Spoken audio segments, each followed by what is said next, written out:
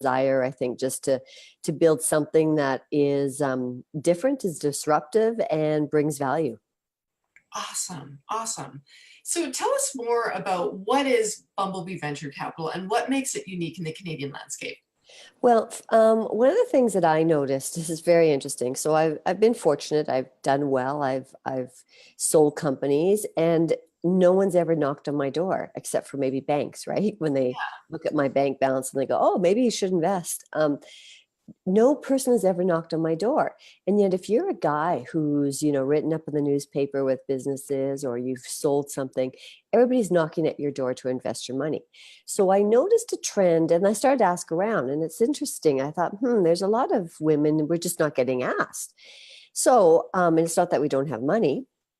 And then I also noticed a trend in a number of the CEO groups that I've belonged to, where I tend to be either the only female or one of very few, that a lot of transactions, a lot of business investment opportunities were happening that I didn't get invited into. And it wasn't because they didn't value me or like me. It's because I didn't go away on the weekend drinking or playing golf or to Las Vegas. I just missed out. And so what I realize is females, generally speaking, are not getting invited into a lot of these great venture capital opportunities.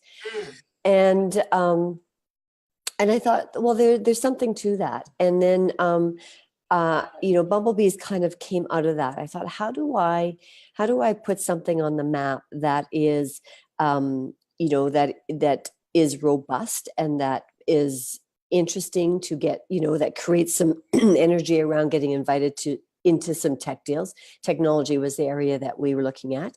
And the timing of it was really good, because when I sort of came up with the idea, which was empowering, basically putting wealth and leadership in the hands of women to make the world a better place. So putting wealth in the hands of women means giving us access to deals and opportunities we otherwise wouldn't get invited to the table to. Putting leadership means that by virtue of investing in these companies and these younger, maybe not startup companies, because we don't do startup, but more Series B companies, that we have an opportunity to play a role in encouraging females to be more in the C-suite and leadership, and then making the world a better place, because I believe females are nurturers by nature. And I do believe that for the world to be a better place, there needs to be more female leaders. So that's kind of what we do. And then from there, it's structured like a private equity company would be. Okay. So I love what you're saying about inspiring more female leadership in the business world. And this certainly, I think what I'm so excited about bringing you and introducing you to my audience, Karen, is that we have an audience of really talented and incredibly hardworking female business leaders in my community. Some of them are attracting investment in their businesses for the first time. Others have the luxury of businesses going really well, and they're looking for opportunities to make a different, a more strategic and a better impact in the world by investing their dollars in intentional ways. And so I think, what I'm excited about is that you can inform the conversation on both sides, both in your experience in investing other companies, but also bringing in investment and connecting investors with venture capital. I find this absolutely fantastic. So let's get some basics down first. I know for a lot of women who are running their own business, who don't have the experience that you do in the financial world, or in particular with venture capital, sometimes it's a piece of language that we got to get clear on. So help us get some of those basic pieces. What is venture capital? When you talk about B-list companies, help us come along on this conversation. Okay, so I can give you sort of a very high level, but I'd really encourage, I think it's really important that we up our ante on our financial acumen. One of the things, if you do want to be taken seriously in the landscape, you've got to speak the language.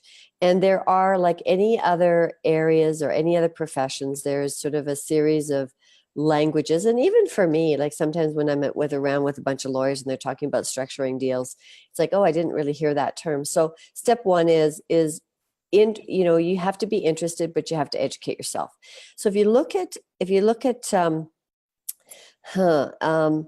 so I'm just trying to think of the way to do it. Well, first of all, there's let's start with structure. So, there's lots of ways to structure. Let's say somebody wants to, and we'll do it maybe from the perspective of, would you like me to do it from the perspective of the person who wants to raise money, or Great. the person who wants to be part of sort of looking for a place to invest as far as the structure in a company? Which would you rather me do? Let's start with looking to attract investors. Okay, so I have a company, and I've set up a company, and I have an idea, and maybe I put some sweat equity into it or whatever, and I'm looking to raise money to be able to expand. Right. Okay. So typically, if you're going to do that, you've got a private corporation that you've set up. There's lots of ways to do it. The easiest way to do it is to just to go out, value your company, and then raise money based on that. So let's say you have a company, and you could be pre-revenue, you could be post-revenue. So let's assume you're making a little bit of money at it, and Right. it's generating money, and but you need money for expansion. The first thing you want to do is have your shares valued. So let's say you have 1 million shares, and your company is worth $10 million. Okay, so basically you have, what is that, 10 cents? That would be $1 a share at 1 million. So at 10 million, you're looking at 10 cents a share. So you say, okay, my company is worth at 1 million shares, it's worth 10 cents a share. You may decide, sometimes people like to have more. Does the number of shares matter? Not necessarily. In the early days, you used to see companies that would have 18 million outstanding shares, which means my company has like 18 million shares or 20 million. You still see that. One of my companies has 18 or 20 million shares, but I would, if it's $1 million company, I would keep to about 1 million shares. If it's a $10 million company, I might just do 10 million shares, and you can get your lawyers to help you figure that out. So you come up with a value. Now, what you have to decide is, I'm going to go and raise money. So let's say my company is worth $10 million. I have 10 million shares. It's $1 a share. So one of the first things you're going to do is you can go out and raise it through equity, which means I'm going to sell shares. I can do it through debt, which means, and within debt, that means I'm going to basically borrow money, and then I'm going to pay that back. And you can structure that as those are usually called debentures. Okay. And you can have a debenture that is just a straight debenture, or you can have a debenture that has a warrant with it. In other words, you lend me $1 million, I'll give you your $1 million back, but you can buy shares at, let's say, half the price of the market. There's lots of creative ways to do that. The biggest thing that I see is, and I can tell you that for me, it's the entrepreneur behind the business. So you can come up with lots of structures. I will add one more thing to the structure deal. When you are coming up with a structure, you do want to anticipate what happens if I want to raise more money. So don't just think about this round of financing, but what if I want to raise more? And you may end up eventually having, okay, I've got some equity that I've issued. So I have some shareholders. You need, in Canada particularly, you want to stay under that 50. If you're a smaller company, you want to stay under that 50 shareholders number. Otherwise, now it does change a bit province to province, I will tell you, but it seems to be a threshold where you still have to do more reporting. So that costs you more money. And you need to know what your business acts are for sure. So you're going to have to run an AGM and all those kind of things, the legal things that increase your costs. So, but contemplate in the early stages, what happens if I want to raise more money? So maybe I do initial round in equity, and then maybe I go do another round in debenture. I can structure a limited partnership down the road. It's more complicated, but there's lots of ways to do that.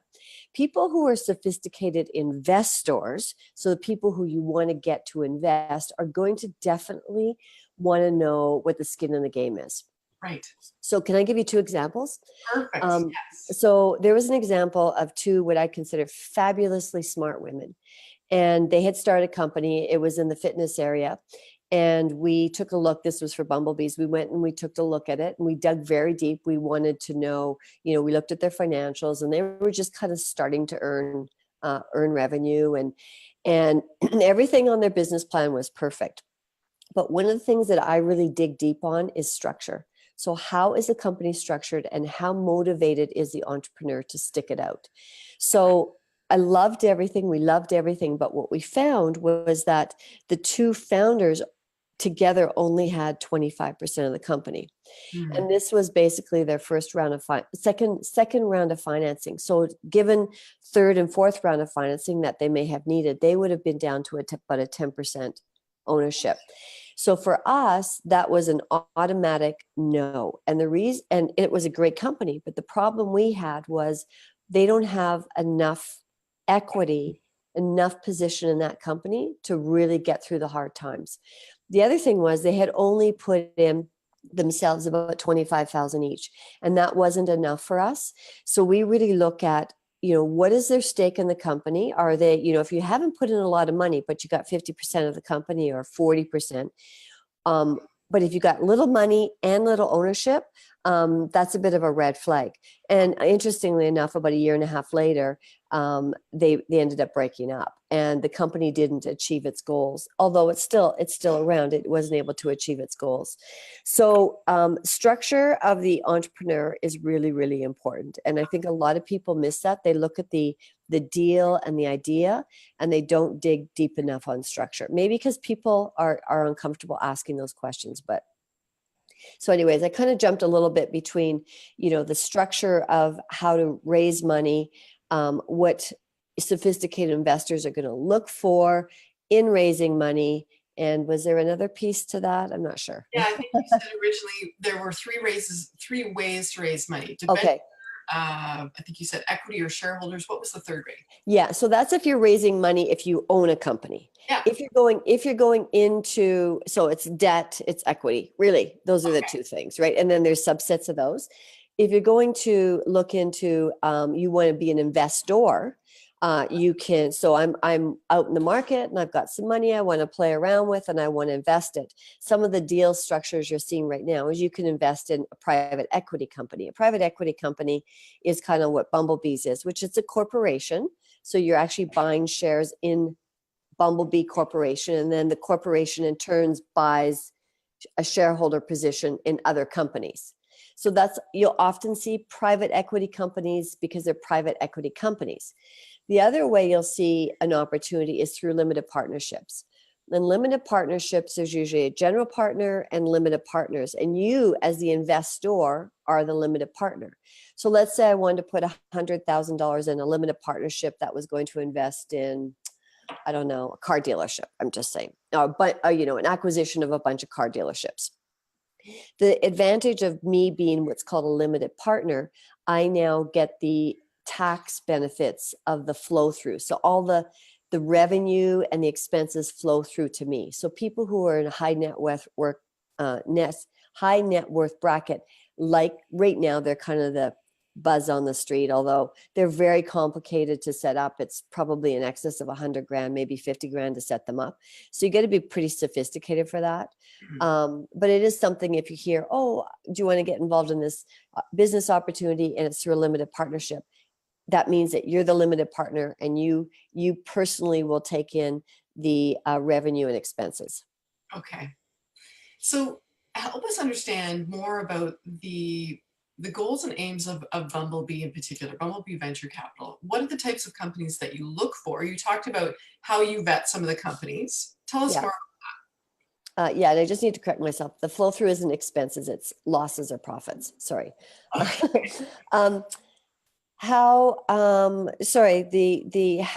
we look for in investments. So in Bumblebees, one of the criteria was that we wanted businesses that were creating their own market. Investment that wasn't just another widget or making something that already exists better. So we were looking for innovation in technology. That's what Bumblebees was looking for. The other thing is we were looking for companies that were in Series B. So what does that mean? It usually means they're past the angel investor stage. They're past the concept stage. Okay. So somebody has a concept.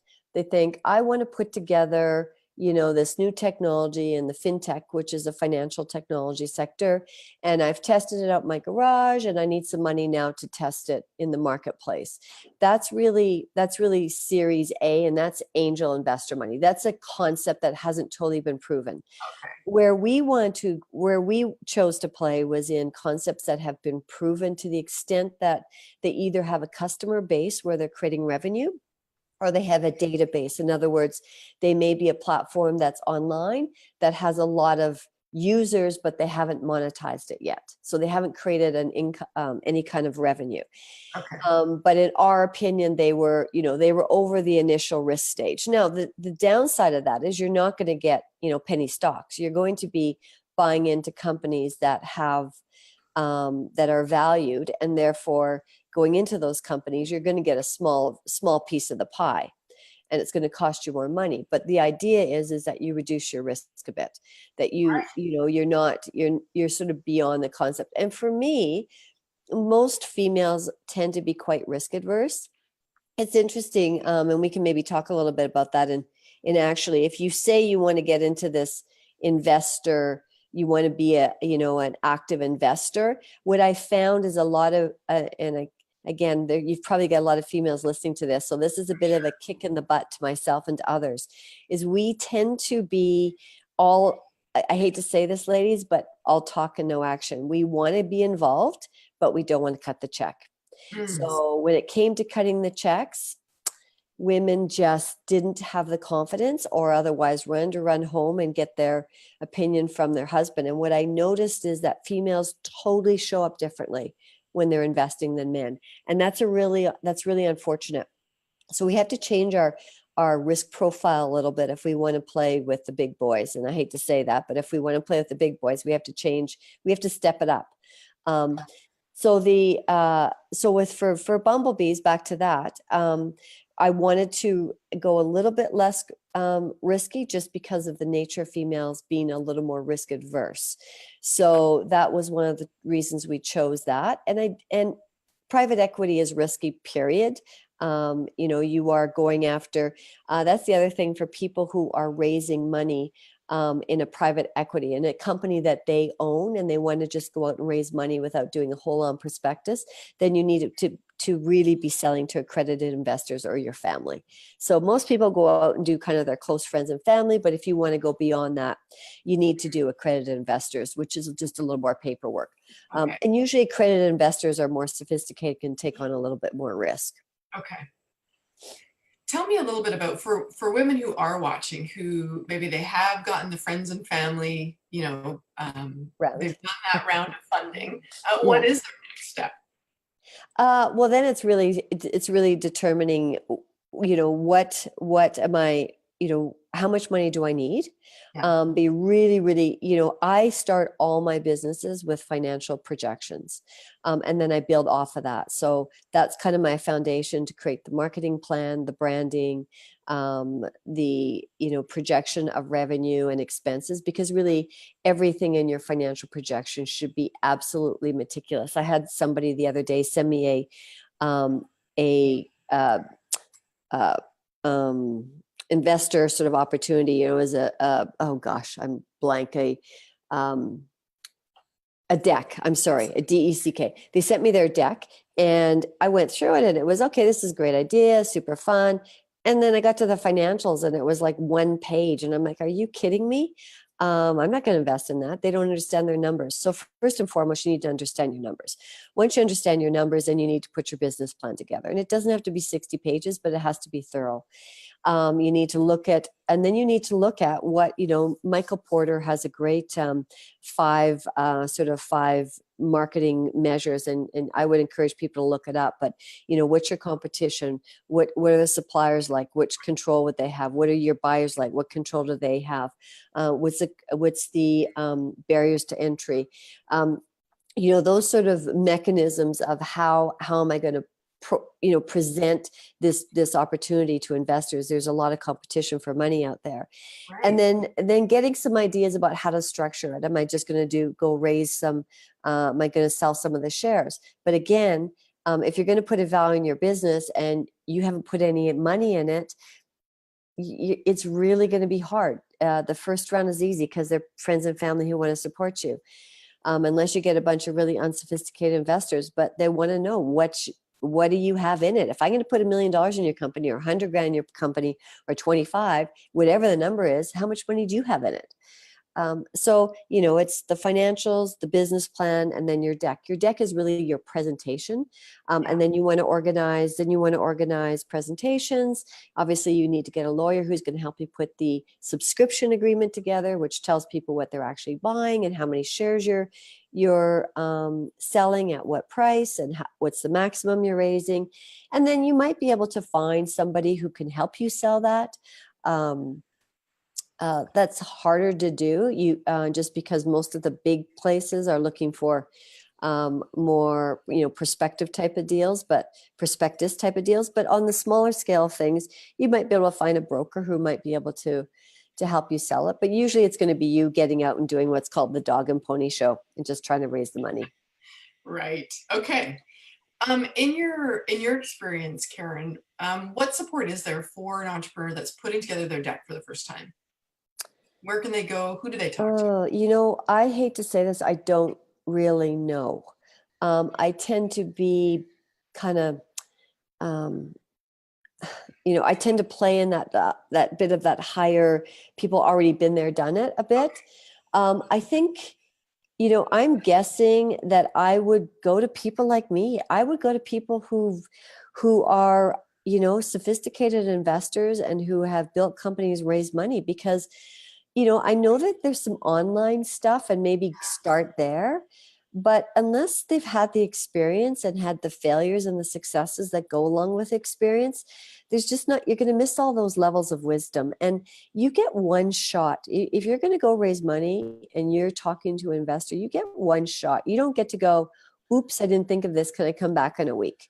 Right. People are careful with their money. So I, start online and see what kind of help there is, but I'd be careful of that. And if you are listening to somebody, make sure they're people who actually been there, done it. And then if not, ask around, who do you know? The other thing is, call up a business lawyer, a lawyer or an accountant, like, an accountant with an accounting firm. Even some of the big firms, they're looking for new creative deals, and take them for lunch. They'll spend an hour with you picking your brain. Or a lawyer, call up a lawyer. They'll be happy to spend an hour with you if they know that they might be, drafting the subscription agreement or doing an LP. So I wouldn't be afraid to reach out to the professional community and take them for lunch. I think that's where I would go. I would go to the professionals, the lawyers, accountants, and the been there, done it's way before I go online. But I'm sure there's good stuff online too. Yeah, I love that strategy of reaching out to people that are already in your network, people you know and respect, to connect the dots and create those conversations. Totally. I love that. Okay, so let's switch this conversation on its side and let's look at the other side. We've talked already about what advice or mentorship there is for women who are looking to raise money and attract investment into their new business. Let's talk more now about the other side. So women who have dollars that are looking to invest in other exciting ventures to grow their money in ways in non-traditional, the typical GIC, RRSP. They're looking to branch out. Where do we begin? And where do we go? Yeah. That's again, these are such great questions, and they have so much depth to them. First of all, I would start with really getting real about how much risk you want to take. So if you look at your portfolio, like, start there, like, go and sit down with your financial planner, or if you do it yourself, or your banker, somebody you trust, and say, okay, I've got, here's my net worth. So start with your net worth statement and really do a good net worth statement. Then look at that and say, and then put that in your pie. What do I have that's really secure? What do I have that's going to, maybe in a few little Canadian or US, whatever, mutual funds, and then say, okay, what can I afford to put into some higher risk, higher return, higher potential for loss deals? Okay. Start there. Okay. I think that's the most important. And that's advice I wish I would have given to myself 20 years ago. So, because I like, the shining stars, and I tend to be more less risk averse. So start there. So let's say you've got $1 million of net worth, and you say, you know what, I can afford to put 10% of my money into high risk. So I'm going to take 100 grand and I'm going to go out and I'm going to put that in high risk or Okay. higher risk. Well, first of all, don't overlook some of the good higher risk mutual funds, right? Don't go, go to the traditional market, look at some of the places. There's some bigger funds that are higher risk that you can put that have a minimum of $100,000 investment. Again, that might fall more in your 90% because they're still reasonably diversified, even those. I mean, then you can see history. But let's say you say, I'm going to take 100 grand and I'm going to throw that in the venture capital. I'm going to go out and I want to invest that in private deals. Yeah. Okay. So number one, you have to be really, really careful. So I would do my research and I would have my questions. So I would have a series of maybe 20 questions. First of all, what is my criteria? So for us at Bumblebees, it was entrepreneur first, idea second, and structure third. Okay. So, and then they had to be Series B. So the entrepreneur, we don't feel they have integrity. So get to know the entrepreneur. If it's a private deal, get to know the entrepreneur. The other thing is, look at their structure, like I talked about. And maybe don't put it all in. Maybe say, I'm going to divide it up into four. I'm going to do 25, 25, 25, 25. I'm going to, I'm going to ask around, are there any private opportunities? And it kind of depends. I mean, right now, for a long time, we didn't see a lot of private deals. We're starting to see more of those right now. So there are some opportunities that come up. So ask around. Do you know anybody who's raising money that it's kind of a cool deal? I would like to be in the area of. That's the other thing. If you don't know anything about oil and gas, for example, don't invest in it. If you don't know anything about fashion, don't invest in it. If you don't know anything about pharmaceuticals, don't invest in it. Like, pick an area that you have some passion on and maybe go and look at, how do I find an opportunity? I mean, that's one thing you could do.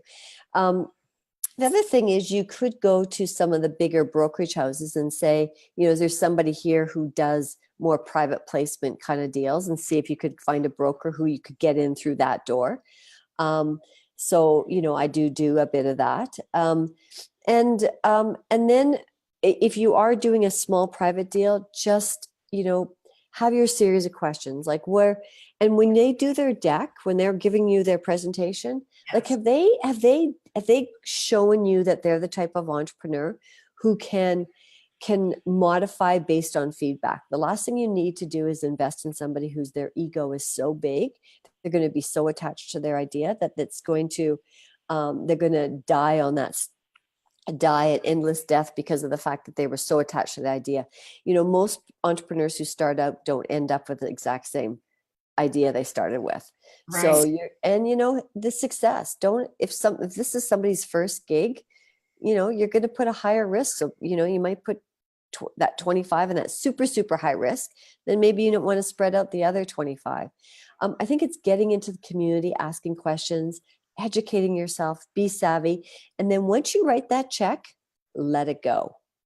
Let it go. That's what that percent, that's that 10% of your deal, right? Go to the AGM every year. That's the other thing is start going to AGMs, start going to the AGMs. And for those of you who are invested in even public companies and they have AGMs, go listen, hear what they have to say. How are they running that AGM? There is some importance to governance and how companies run it. So you can then compare and contrast to these little deals. But if you're going to write those checks, go to the AGM once a year and then basically write that money off.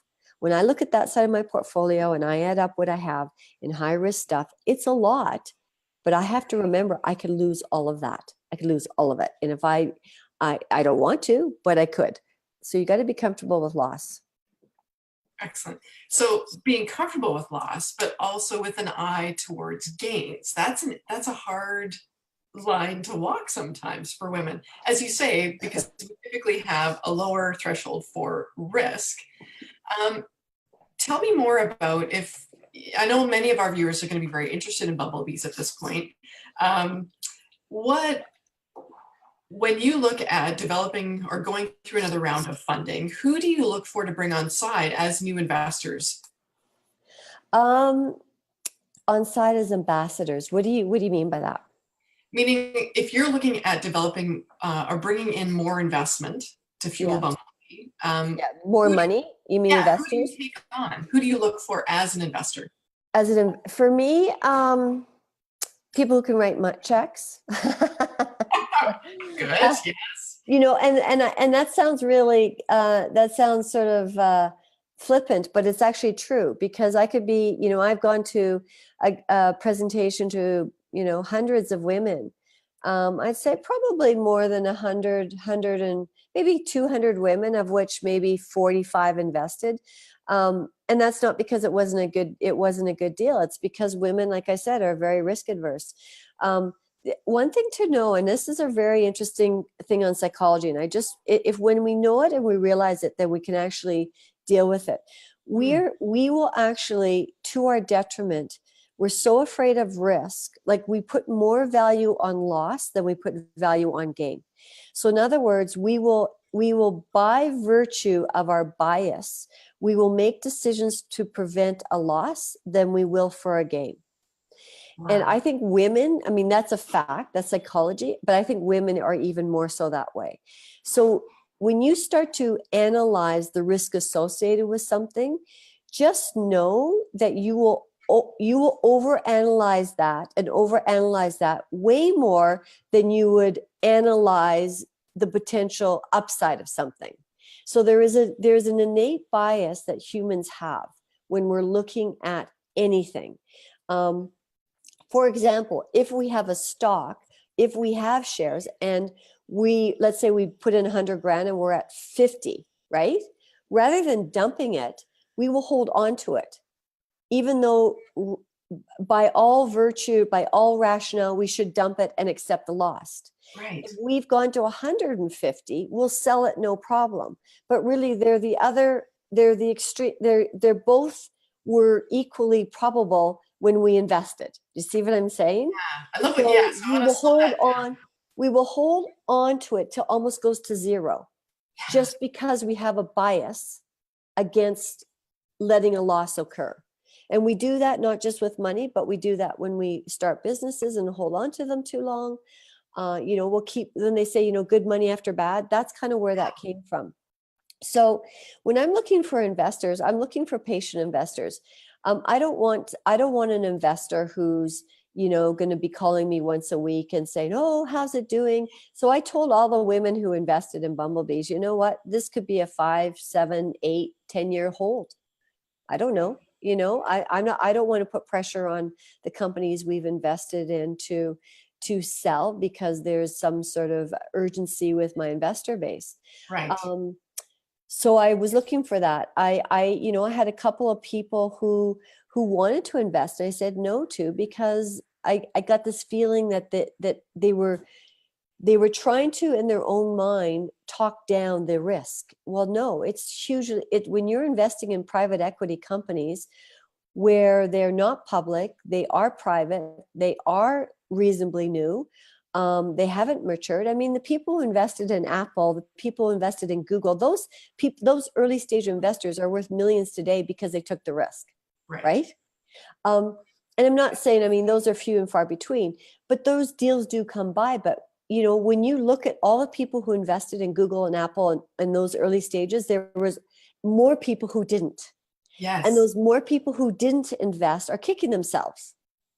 So that's okay, though. It's just know that when you're getting involved in these early stage deals, it's going to be uncomfortable. So I look for patience. I look for, can they afford? I don't want somebody putting in their life savings, obviously.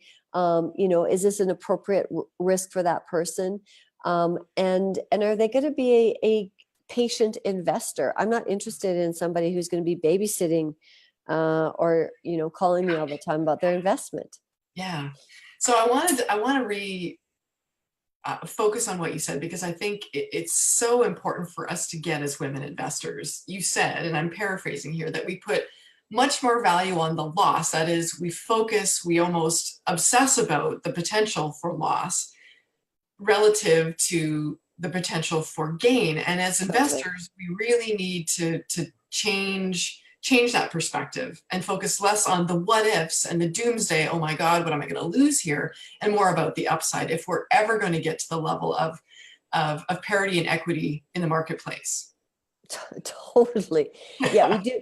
Totally. And we also, so it goes to investing in the sense that, if we want the upside, we're going to have to take the risk of the downside. Women don't want to. That's what I noticed when I was raising money. But it also goes to if you start a little business and you've started a little business and maybe you start it out of whatever, you start a business and it's not doing well. And, like let it go, just let it go and move on. The other thing for females who start businesses is we think way too small. Yeah. Women think way, way too small. Yeah. And that's just going to take time and education.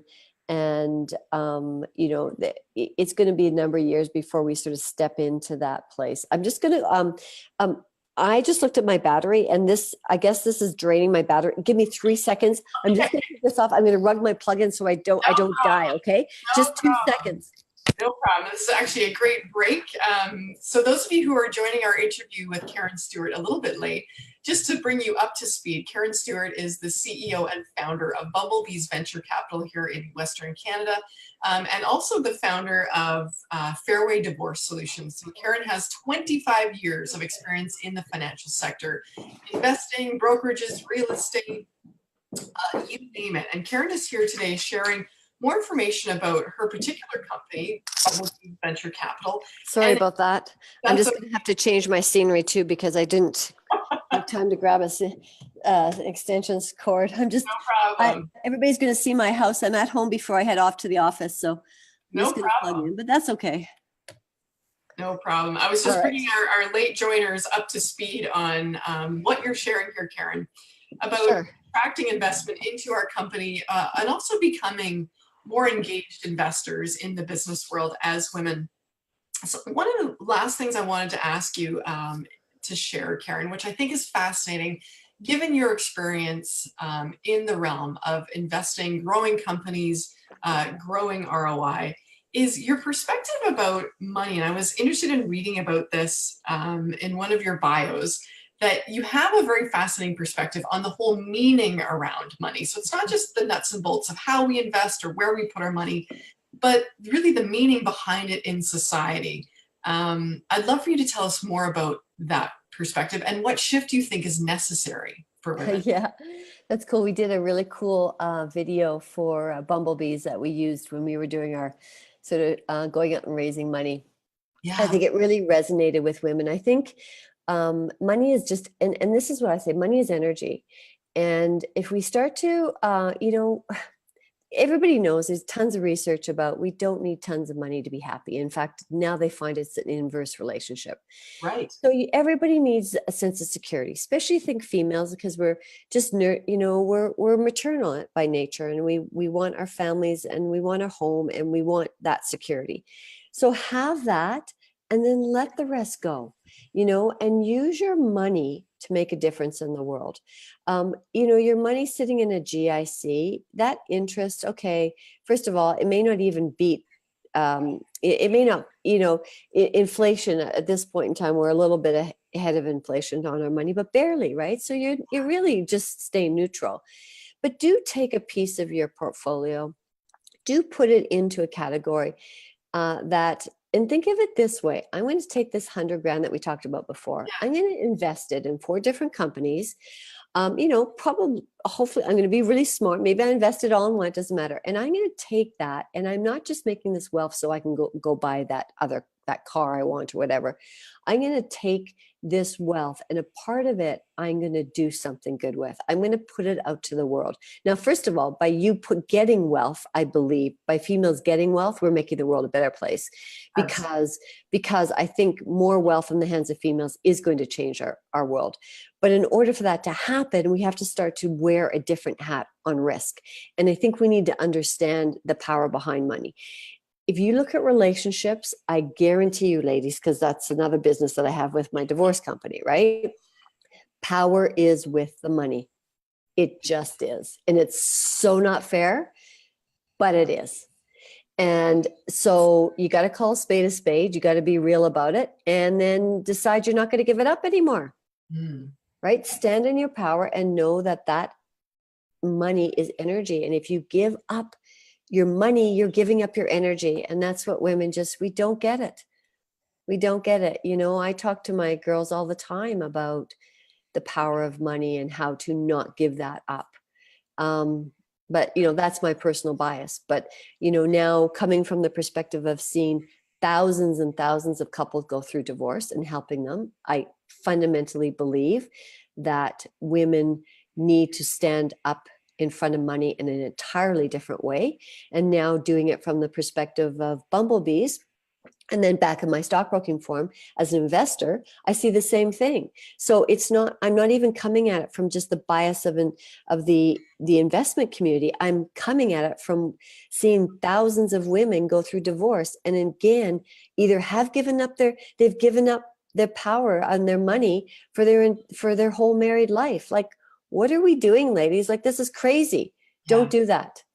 Yeah. Don't do that. It's not good for you. It's not good for your daughters. It's not good for the next 7 generations. We need to shift that and we need to own that power like our male counterparts do. Yes. That we can increase their appetite for risk because that's when more gains come in.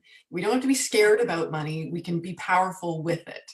Yeah, look at it as a tool. Look at it. If I take this 100 grand and I invest it and turn it to 200, I can take that 50 of that and I can use that in a way that's maybe going to educate young girls on finances. I don't care what you do. Go put it to someplace in a third world country that can help get girls off the streets. I don't care. You put 50 grand in your pocket versus the 100 grand that sits in your bank in a GIC. Yeah. Okay, does that really make a big difference in your lifestyle? Not really. Is it going to keep you from getting old? No. Is it going to keep you from getting wrinkles? No, unless I guess you get a facelift or whatever. But still, that's not 100 grand. That's like 10. So, you know, you still got 90 to play with. Yeah. Awesome. Okay.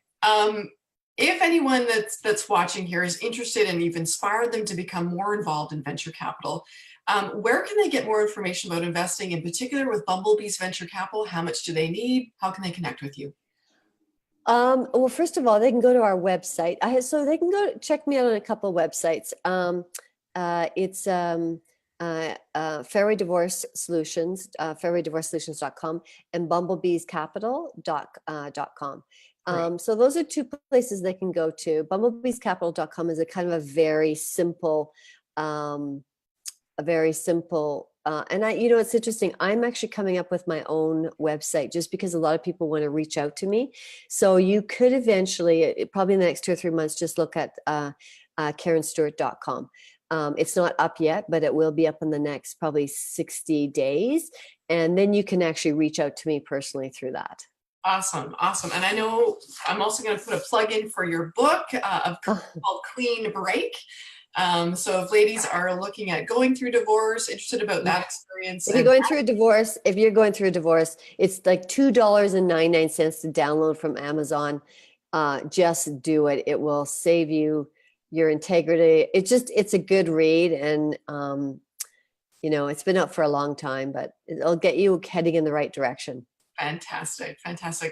I want to thank you, Karen, for sharing this hour with us, sharing your 25 years of experience in investment, in brokerages, in real estate. I mean, you really are a wealth.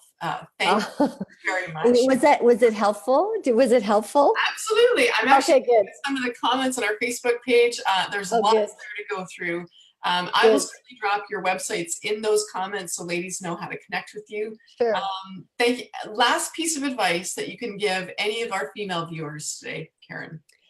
Trust your instincts. Don't look for validation from your male counterparts. Love it.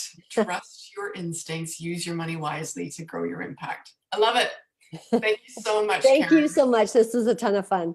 Great. Have a great week. Have a great Monday. Bye. Bye-bye.